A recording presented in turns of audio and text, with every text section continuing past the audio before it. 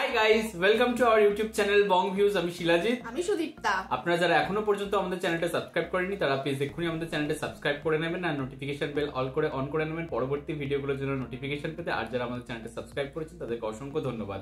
আর যদি আমাদের ভিডিওটা ফেসবুক পেজে দেখে থাকে তাহলে পেজটাকে অবশ্যই ফলো করে যাবেন এবং আমাদের ভিডিও যদি ভালো লেগে থাকে অবশ্যই লাইক করে যাবেন।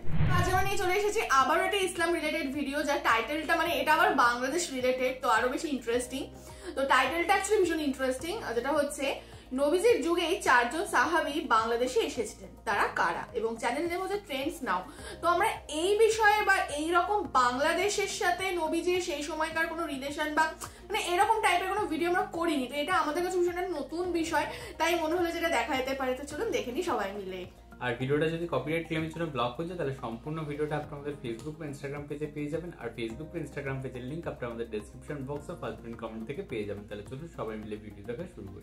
বিশ্বনবীর যুগেই বাংলাদেশে এসেছিলেন 4 জন সাহাবী, যে 4 সাহাবীর হাত ধরেই বাংলাদেশে আজ ঘরে ঘরে মুসলমান। কিভাবে বাংলাদেশে ইসলাম ধর্ম প্রবেশ করেছে এ নিয়ে প্রচলিত আছে বহু মন গড়া গল্প। আর এসব বানোয়াট কাহিনীর আড়ালে ঢাকা পড়ে গেছে প্রকৃত সত্য, যে সত্যই আজ তুলে ধরবো আমাদের আজকের এই বিশেষ আয়োজনে। কিভাবে বাংলাদেশে ইসলাম প্রচার শুরু হয়েছে, কার হাত ধরে বাংলাদেশের মানুষ ইসলামের ছায়াতলে এসেছে, এমন প্রশ্ন প্রায় শোনা যায়। একসময় ভারতীয় উপমহাদেশে ইসলামের কোনো নামগন্ধ ছিল না, এখানে চলতো দেব দেবীর উপাসনা। তাই মাটি খুঁড়লে প্রায় সন্ধান মেলে বিভিন্ন মন্দির আর দেবতাদের মূর্তির। মূলত আরব দেশের খাদ্য সংকটই বাংলাদেশের জন্য শাপে বর হয়েছিল। বিশ্বনবীর আগমনের বহু বছর পরও আরবে ছিল খাদ্য সংকট। সেই সংকট কাটাতে আরবরা বাণিজ্যের উদ্দেশ্যে বিভিন্ন দেশে যেত। এমন বাণিজ্যিক কাফেলায় স্বয়ং নবীজিও ছিলেন বলে প্রমাণ পাওয়া যায়। তৎকালীন আমদানি রপ্তানি বাণিজ্যে আরবদের জুড়ি ছিল না। তাদের গ্রীষ্ম ও শীতকালীন বিদেশ যাত্রার কথা কুরআনে কারিমে সূরা কুরাইশে বর্ণিত হয়েছে। আরব ভূখণ্ড হচ্ছে একটি উপদ্বীপ, তার 3 দিকের স্থল ভাগের অধিকারী ছিল তৎকালীন 2 বৃহৎ পরাশক্তি রামে ও পারস্য। তাদের উপর দিয়ে বাণিজ্য পরিচালনা আরবদের জন্য ক্রমশ কঠিন হয়ে পড়েছিল, তাই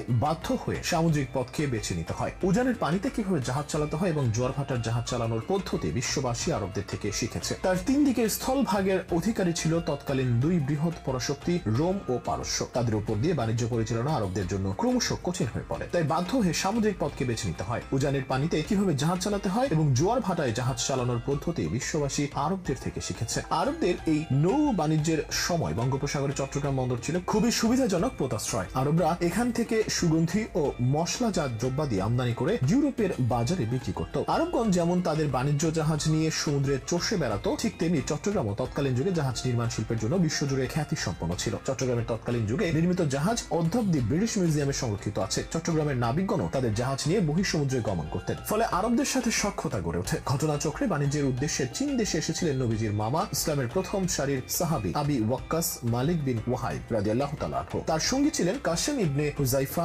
উরওয়া ইবনে আসাসা আর আবু কায়েস ইবনে হারিস নামে 3 জন সাহাবী। চীনে যাবার পথে তারা বাংলাদেশের বন্দর বিশেষত চট্টগ্রাম ও সিলেট নোঙ্গর করেছেন এবং তাদের সান্নিধ্যে এসে এই দেশের কিছু সংখ্যক মানুষ ইসলাম গ্রহণ করেছিলেন। এখান থেকেই বাংলাদেশে ইসলামের যাত্রা। হযরত আবি ওয়াক্কাসের এই কাফেলায় হাবশা হতে চীন আসতে 9 বছর সময় নেয়। ইতিমধ্যে অনেক দেশে জাহাজ নোঙ্গর করে। চট্টগ্রাম নিশ্চয়ই সেই তালিকা হতে বাদ পড়েনি, কারণ এটা জাহাজ চলাচলের জন্য নিরাপদ ট্রানজিট রুট। মুসলিম জাহান পুস্তকে বর্ণিত হয়েছে যে রাজা হর্ষবর্ধনের রাজত্বকালে আরব দেশ হতে একটি ছোট্ট প্রতিনিধি দল বাংলাদেশে ইসলাম প্রচার করতে আসেন। তাদের কথাবার্তা আচার আচরণে মুগ্ধ হয়ে এই অঞ্চলের আদিবাসীগণ ব্যাপক হারে ইসলাম গ্রহণ করেন। Doctor K N. ভট্টশালী আরাকানি রাজাদের ইতিহাস গ্রন্থ রাত জাতু এ বলেন, আরাকান উপকূলের রণবি দ্বীপের সঙ্গে সংঘর্ষে কয়েকটি কুল বা বিদেশি জাহাজ বিধ্বস্ত হয়। রাজা জাহাজের মুসলিম আরোহীদের উদ্ধার করে বসবাসের ব্যবস্থা করেন। এই বর্ণনা থেকেও প্রতীয়মান হয় যে যারা আরাকানে গিয়েছিল তারা নিশ্চয়ই চট্টগ্রাম হয়ে গিয়েছিল। বাংলাদেশের হাতে গোনা যে কজন শ্রেষ্ঠ গবেষক রয়েছেন তাদের একজন ডক্টর হান্নান। বাংলাদেশে যারা ইসলাম নিয়ে গবেষণা করেন ও লেখালেখি করেন, ডক্টর হান্নানের স্থান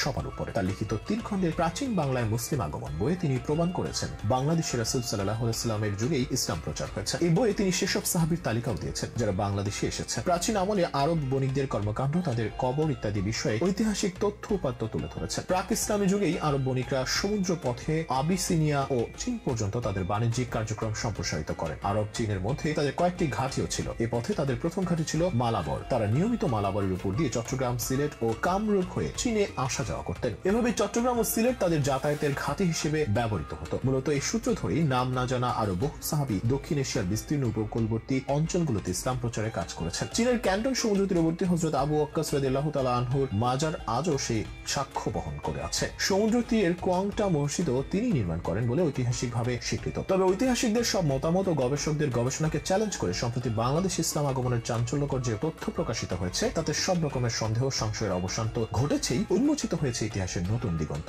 লালমনিরহাট জেলার পঞ্চগ্রাম ইউনিয়নের বড় বাড়িতে রামদাস মৌজার মস্তারপাড় নামক স্থানে 69 হিজরিতে নির্মিত একটি মসজিদ পাওয়া গেছে। এই মস্তারপাড় স্থানটি বহুকাল ধরে কয়েকটি উঁচু মাটির টিলা ও জঙ্গল দ্বারা আবৃত ছিল, যার স্থানীয় নাম মজদের আড়া। 1987 সালে জমির মালিক তা আবাদযোগ্য করার চিন্তা করে জঙ্গল পরিষ্কার করতে গিয়ে বেরিয়ে আসে প্রাচীনকালের তৈরি ইট, যাতে আঁকা ছিল ফুল। মাটি ও ইট সরাতে সরাতে আশ্চর্যজনকভাবে পূর্ণ একটি মসজিদের ভিত খুঁজে পাওয়া যায়। আর এই মসজিদের নাম ফলক দেখেই নিশ্চিত হওয়া যায় যে নবীজি পৃথিবীতে আসার মাত্র 50 বছর পরই 620 সালে বাংলাদেশে প্রথম ইসলাম আসে। প্রথম কথা বলতে এটা খুবই ইনফরমেটিভ ভিডিও ছিল এবং এখানে যে তথ্যটা দেওয়া হয়েছে তো সেটা আমাদের কাছে ভীষণই একটা মানে অজানা তথ্য, কারণ এর আগেও আমরা আই থিঙ্ক ভিডিও করেছি যে বাংলাদেশে ইসলামের আগমন তো, এবং সেখানে বিভিন্ন রকম থিওরি ছিল, বাট এইটা একদমই আলাদা এবং এইটা আমরা শুনিনি। এবং এখানে যেটা বলা হলো যে নবীজির জন্মের 50 বছরের মধ্যেই আর কি সেখান থেকে হচ্ছে আরবরা কিছু মানুষ আর কি ব্যবসা বাণিজ্যের জন্য আমাদের মানে তখন তো অবিভক্ত ভারত ছিল, তো চট্টগ্রাম এদিকে কেরালার মালাবার উপকূল আর ওদিকে হচ্ছে চট্টগ্রাম, সিলেট এই সমস্ত জায়গায় কামরূপের কথা হইলাম, অর্থাৎ একটা আসামের কথা, আসাম। তো যাই হোক, তো সেখানে তারা যেতেন, ব্যবসা বাণিজ্য করতো এবং এইভাবে আস্তে আস্তে ইসলামের প্রচার হয়েছে সেখানে। এবং তারা যখন এখানে বাণিজ্য করতে আসতো, কারণ খাদ্য সংকট দেখলাম যে বললো যে খাদ্য সংকট সেই সময়ও ছিল, তো সেই সময় তারা খাদ্য সংগ্রহ করতে বা বাণিজ্য করতে তারা যখন এখানে আসতো তো চট্টগ্রাম বন্দরে নোঙর করতো। এবং চট্টগ্রাম বন্দর সেই সময় একটা খুব মানে খুবই আর কি সমৃদ্ধশালী বন্দর ছিল এবং সেখান থেকে মানে নানা এই বঙ্গোপসাগরের যে এই যে বাংলা বেল্টের পুরো আর কি যে ইয়েটা পাওয়া যেত, মানে বাণিজ্যের আর কি সার্কেলটা পাওয়া যেত। তো সেখানে তারা নোঙর করতো এবং সেখান থেকে তারা সিলেট হয়ে চীনে বাণিজ্য করতে যেত এবং সেই পথে তারা অনেককেই আর কি ধর্মান্তরিত করেছেন এবং ইসলামের পথে এনেছেন। তো সেই থ্রুতেই আর কি ইসলামের প্রসার যেটা বলা হলো এই ভিডিওতে, মানে আমরা যেটা জানতে পারলাম এই ভিডিও থেকে। একদমই তাই। তো যাই হোক, মানে এখানে বিশেষ আমাদের কিছু বলার নেই, তবে এখানে অনেক কিছু তথ্য, যেমন সেই সময় হচ্ছে দুপাশে বড় দুটো সাম্রাজ্যের কথা বলেছে, রোম এবং পারস্য, এবং তাদের ভেতর দিয়ে ব্যবসা বাণিজ্য করা খুবই ডিফিকাল্ট হয়ে যেত আরবদের জন্য। তো তার জন্যই তারা জলপথ আবিষ্কার মানে জলপথ ব্যবহার করা শুরু করলেন এবং কিভাবে হচ্ছে উজানের স্রোতকে কাজে লাগিয়ে নোঙর করা যায় বা মানে জাহাজ বা নৌকা চালানো যায়, এই যে কি বলে মানে কনসেপ্ট বা টেকনোলজি বা বুদ্ধি এই সমস্ত কিছু তারা কাজে লাগিয়ে কিন্তু দিনের পর দিন আস্তে আস্তে তাদের মানে যাত্রায় পাড়ি দিয়েছে এবং তারা সাকসেসফুল হয়েছে। এবং বলা হলো যে এই জিনিসটাও হচ্ছে মানে সমগ্র বিশ্ববাসী তাদের থেকেই শিখেছে। একদমই তাই। তো যাই হোক, ডেফিনেটলি ভিডিওটা ভীষণই ভালো ছিল এবং একটা নতুন জিনিস আবার জানতে পারলাম। আপনারা জানাবেন যে আপনারা আগে থেকে মানে এই ভিডিও বা এই ব্যাপারে কে কে জানতেন।